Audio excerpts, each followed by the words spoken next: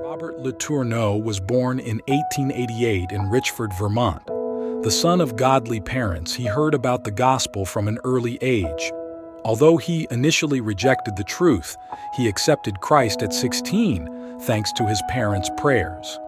As an adult, Letourneau became a prolific inventor of earth-moving machinery, amassing considerable wealth from his designs and inventions. He secured nearly 300 patents on earth-moving equipment, manufacturing processes, and machine tools. At 30, Letourneau suffered a devastating loss with the death of his eldest son. This tragedy led him to rethink his life's goals and purpose. Fearing that his love for machines might overshadow his love and commitment to the cause of God, he and his wife, Evelyn Peterson, decided to dedicate themselves to God's work, using their resources to spread the gospel.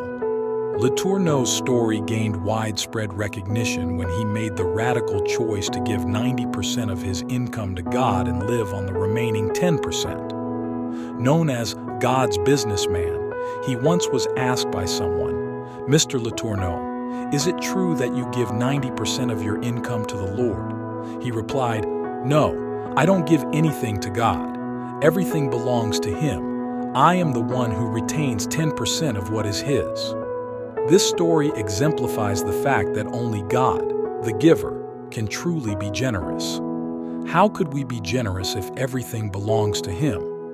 God provides for us from His bounties and expects us to use whatever He provided for His sake.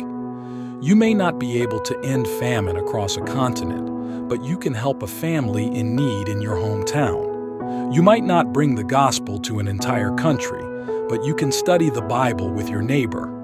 It is not our lack of ability that jeopardizes our work for God, but our lack of availability.